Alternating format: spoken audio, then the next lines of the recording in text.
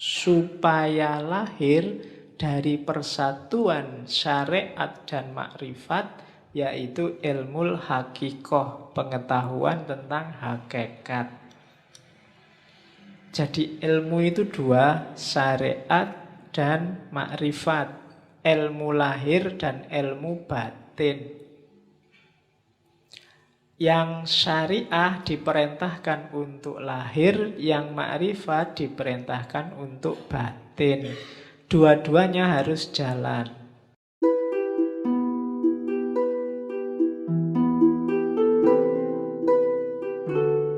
Fal ilmul munazzalu alaina ilmani.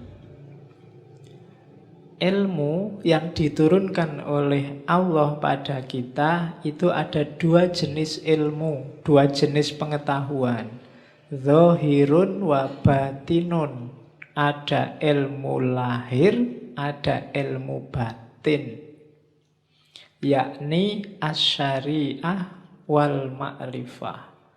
Yang lahir namanya syariat, yang batin namanya makrifat. Fa'amrun bisyariati ala fa'amaro bisyariati ala zahirina wabil ma'rifati ala batinina. Maka Allah memerintahkan untuk melaksanakan syariat terhadap lahiriah kita, jasmaniyah kita, wabil ma'rifah ala batinina, dan memerintahkan untuk makrifat pada batin kita. Liantaja min ijtima'ihima ilmul hakikoh, supaya lahir dari persatuan syariat dan makrifat, yaitu ilmul hakikoh, pengetahuan tentang hakikat.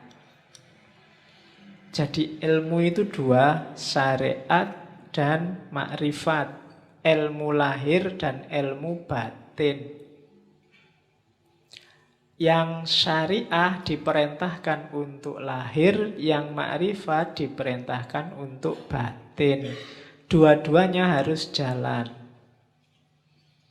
Jadi kalau ada orang bilang tasawuf itu anti syariat, berarti belum banyak membaca buku-buku tasawuf. Hampir semua sufi bilang makom itu, level dan suluk itu dimulai dari syariat. Cuma jangan berhenti di syariat. Syariat cuma lahirnya, butuh batinnya.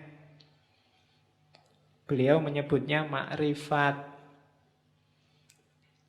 Jadi nanti kita lihat contohnya banyak nanti.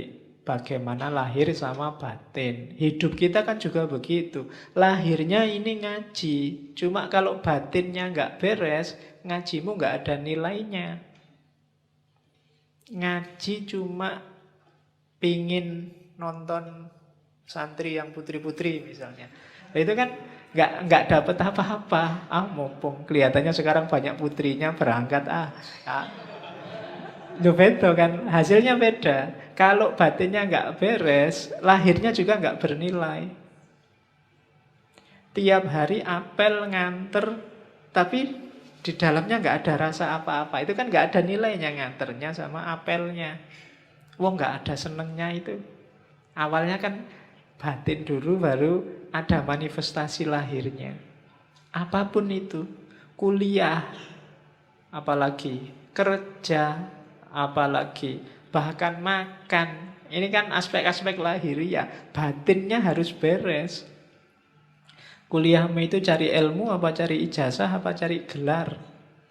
Makan itu biar kenyang apa biar hidup apa biar besar apa biar... Itu kan batinnya. Segalanya pasti ada lahirnya, ada batinnya. Dua-duanya harus beres. Batin juga enggak ada apa-apanya. Pak, saya ikhlas Pak ngaji itu Pak, tapi nggak pernah ngaji ya padha wae.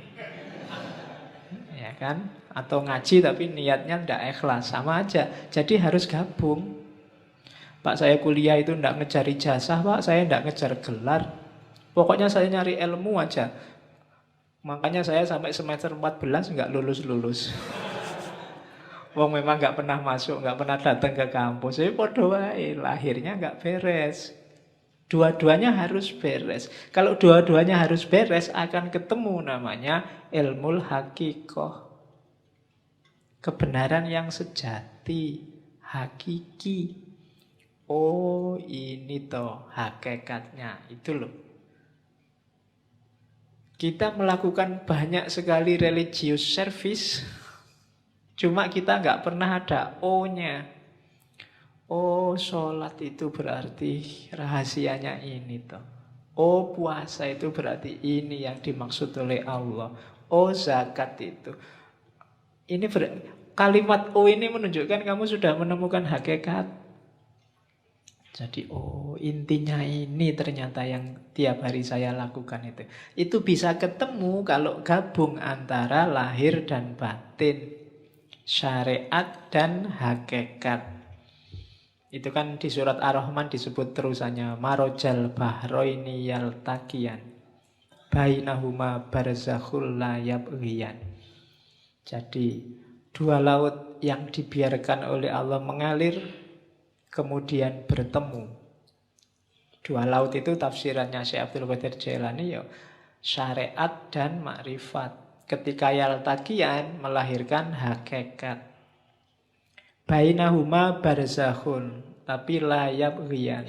Di antara keduanya ada batasnya, ada bedanya, tapi la yabghiyan, tidak saling menafikan, tidak saling menghoibkan. Dua-duanya penting, saling butuh.